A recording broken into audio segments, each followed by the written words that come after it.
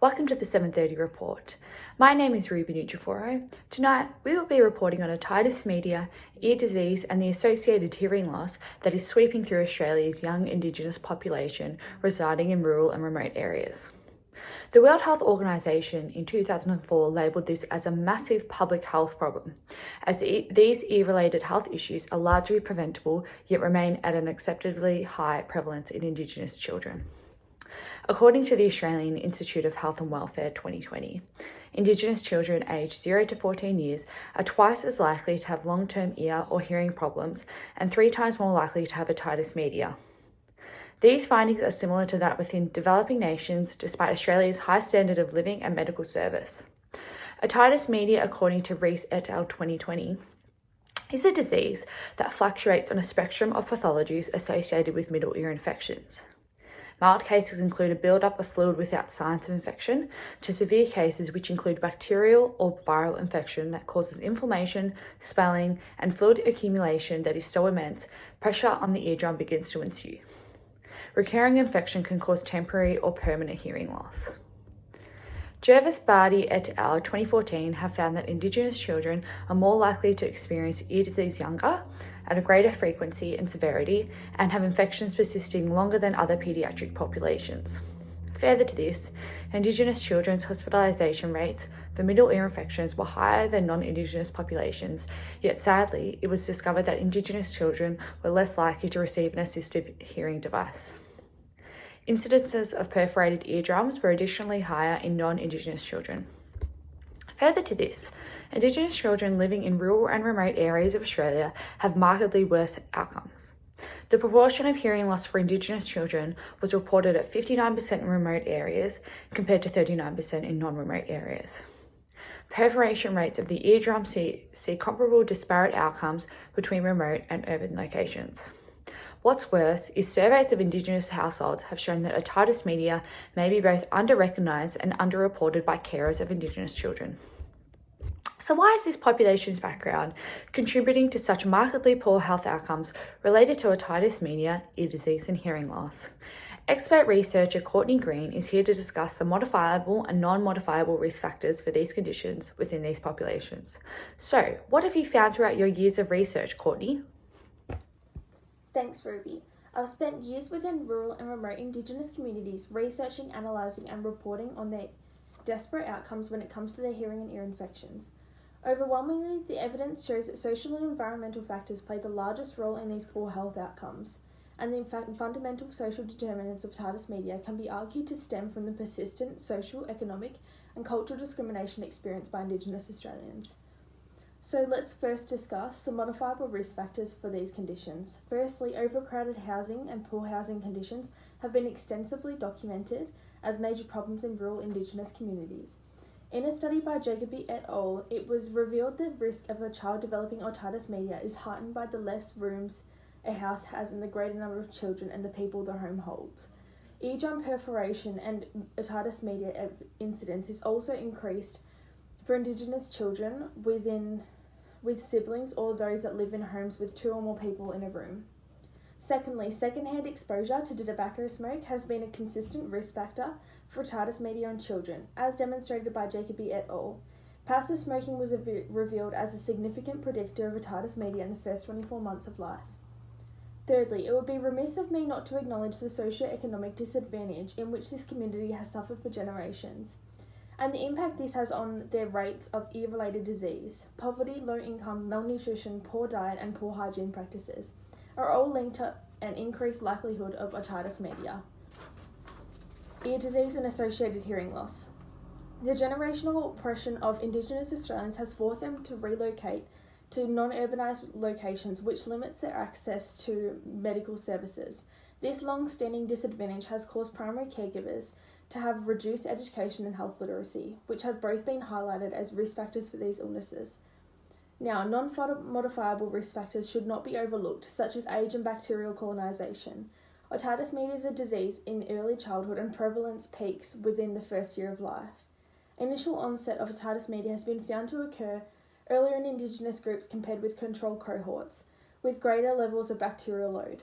Earlier onset has been linked to higher incidence and frequency of episodes of otitis media. Additionally, the condition is found to persist in Indigenous children after the first year of life, which we don't generally see in non-Indigenous children. Although these risk factors expose the very real impact that a population's background has on their health, the generational disadvantage and oppression associated within the Australian Indigenous community has contributed to these poor health outcomes, and it really reveals to us just how essential it is that governments focus on upstream social determinants of health to improve these outcomes. Thank you for that comprehensive insight into the risk factors for these conditions. We now have Guri live on air, who is a PhD student from La Trobe University who is studying the links between a population's background and their health. Thanks, Ruby. Courtney has provided a lot of examples which illustrate the way in which a population's background and the socio-economic disadvantage that may be associated with them impacts on their health. And the cycle of disadvantage worsens because of these conditions. According to research, all hearing impairment impacts a child's cognitive, speech, and language development, which leads to challenges such as making friends at school, assessing the curriculum, and obtaining later employment opportunities. Ear-associated illnesses also reduce class attendance and are linked to early school leaving. This results in poor educational outcomes, which in turn limits employability later in life. Children not being able to hear disengages them in the classroom, which cause behavioral problems that are often misconstrued as misbehavior. Hearing impairment has additionally been found to be a prescriptive for youth offending and increased contact with the criminal justice system. So there are a lot of negative social consequences that ensue from these ear-related conditions that ultimately continue the cycle of disadvantage in this community. It makes the impact of population background on their health abundantly clear to us. Thanks. Thanks for that, Guri. So what are the barriers and enablers to improved health outcomes and healthcare access for rural and remote young Indigenous communities? We have Cece and Sarah on the line here from the Department of Health and Human Services. Hi, Ruby. There is quite a vast array of enablers to improve Indigenous access to healthcare for these conditions. According to DeLacy et al., preserving Aboriginal culture, strengthening self-determination of their community, respecting and supporting Aboriginal connection to land, and empowering Aboriginal communication are important factors that should be incorporated to increase Indigenous contact with healthcare. Services that are embedded within the community will additionally enable an improvement of otitis media. Nolan Isles et al. Has stated that better communication between health providers and patients through cultural competence and safety, as well as prioritizing services directed at key community health issues, is essential to improving their access. Communication is seen as a barrier if the doctor's consultation isn't delivered in a way that the patient could understand, or if the language used is inappropriate. Altogether, these factors build up trust between the Indigenous community and the largely westernized healthcare system, which in turn improves their contact with healthcare system. Sarah, can you continue with barriers?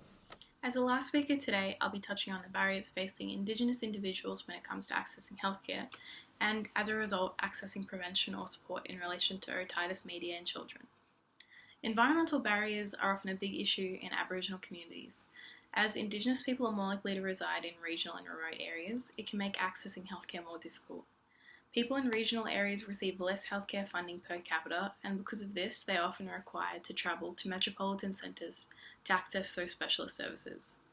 In cases of otitis media, parents of young children may not be able to travel this distance or access these services for reasons such as lack of transport, insufficient funds, or inability to miss work due to the required travel time. Poor communication between visiting healthcare specialists and communities is a common barrier experienced in Indigenous communities. DeLacy and others found that local healthcare workers and patients were often unaware when specialist services were visiting. In some cases, the community only found out the specialist is there on the day of the visit. The poor communication leads to Indigenous communities not being aware of the specialist attendance and are unable to access that treatment. The use of medical jargon can also be a barrier for Aboriginal people accessing healthcare. If medical advice is not communicated in a way that the patient could understand, they may be less likely to seek out medical advice in the future. As a result of these various barriers, Aboriginal people are less likely to access services until much later in the disease process and are more likely to leave hospital early or not attend. Great insight from both of you. That's all we have time for this evening. Good night, Australia.